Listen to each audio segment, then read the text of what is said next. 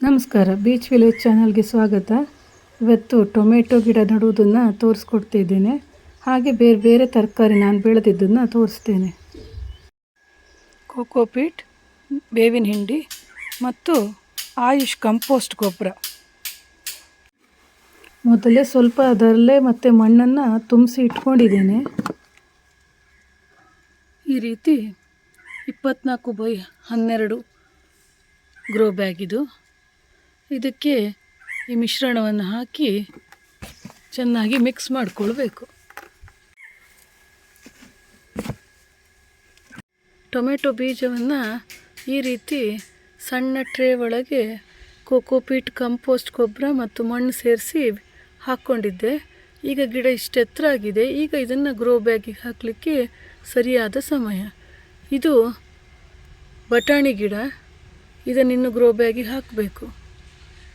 ಈ ರೀತಿ ಒಂದು ಗ್ರೋ ಬ್ಯಾಗ್ ಒಳಗೆ 3 ಗಿಡಗಳನ್ನು ಹಾಕ್ಬೋದು. ಇದು ದೊಡ್ಡ ಗ್ರೋ ಬ್ಯಾಗ್ ಆದ್ದರಿಂದ ಸಣ್ಣ ತೂತು ಮಾಡಿ ಅದರಲ್ಲಿ ಗಿಡಗಳನ್ನು ಈ ಥರ ನೆಡಬೇಕು. ಚೆನ್ನಾಗಿ ಪ್ರೆಸ್ ಮಾಡಬೇಕು ಸೈಡ್.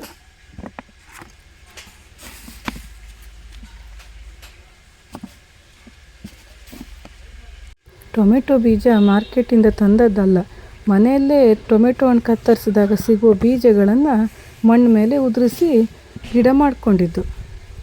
ಪ್ರತಿ ವರ್ಷವೂ ನಾನು ಆ ಥರನೇ ಮಾಡೋದು. ತುಂಬ ಟೊಮೆಟೊ ಹಣ್ಣು ಆಗ್ತದೆ ಅದರಲ್ಲೂ. ಗಿಡ ಸ್ವಲ್ಪ ದೊಡ್ಡದಾದ್ರ ಮೇಲೆ ಅದಕ್ಕೆ ಕೋಲಿನ ಆಸರೆಯನ್ನು ಕೊಡಬೇಕು. ಯಾವುದೇ ಗಿಡ ನೆಟ್ಟರೂ ಕೂಡಲೂ ಅದಕ್ಕೆ ನೀರು ಹಾಕಬೇಕು ಚೆನ್ನಾಗಿ.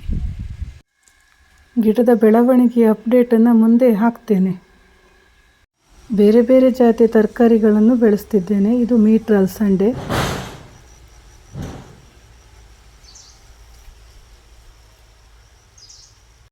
ಇದು ಅಲಸಂದೆ ಗಿಡ. ಇದನ್ನು ಈ ರೀತಿ ಚೀಲದಲ್ಲಿ ನೆಟ್ಟಿದ್ದು. ನಮ್ಮೂರಲ್ಲಿ ಹಂದಿಗಳು, ನವಿಲಿನ ಕಾಟ ಜಾಸ್ತಿ. ಈ ರೀತಿ ಹಸಿರು ಬಲೆ ಪರ್ದೆಯನ್ನು ಮಾಡಿಕೊಳ್ಬೇಕು, ಇಲ್ಲಾಂದರೆ ಒಂದು ಚೂರು ಉಳಿಸೋದಿಲ್ಲ. ಇದು ತೊಂಡೆಕಾಯಿಯ ಚಪ್ರ. ದೊಡ್ಡ ಚಪ್ರ ಹಾಕಬೇಕಾಗ್ತದೆ. ಟೆರೆಸ್ ಮೇಲೆ ಬೆಳೆದವರು ಬಲೆಯನ್ನು ಕಟ್ಟಿ ಮಾಡ್ಕೊಳ್ಬೋದು. ಇದು ದೊಡ್ಡ ತೊಂಡೆಕಾಯಿ. ಇನ್ನೊಂದು ಊರು ತೊಂಡೆಕಾಯಿ ಅಂತ ಬರ್ತದೆ. ಇದು ಸೋರೆಕಾಯಿ ಬಳ್ಳಿ.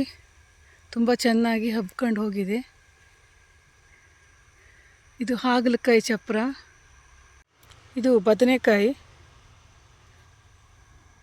ಇದು ಪಡವಲಕಾಯಿ ಚಪ್ರ. ಚಿಕ್ಕ ಮಿಡಿನೂ ಆಗಿ ಆಯಿತು.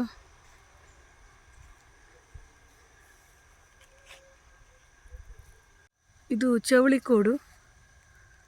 ಹೂವಾಗ್ತಾ ಇದೆ ಈಗ. ಇದು ಬದನೆಕಾಯಿ ಗಿಡ. ಈ ರೀತಿ ಬೇರೆ ಬೇರೆ ಜಾತಿ ತರಕಾರಿಗಳನ್ನು ನಟ್ಟುಕೊಂಡು ತಾಜಾ ತರಕಾರಿಯನ್ನು ಬೆಳೆದ್ರೆ ತಿನ್ನಲಿಕ್ಕೂ ರುಚಿ, ಮನಸ್ಸಿಗೂ ಖುಷಿ. ನೀವು ಎಲ್ಲ ಮನೆಯಲ್ಲಿ ಬೆಳ್ಕೊಂಡು ಪ್ರಯತ್ನಿಸಿ. Thank you.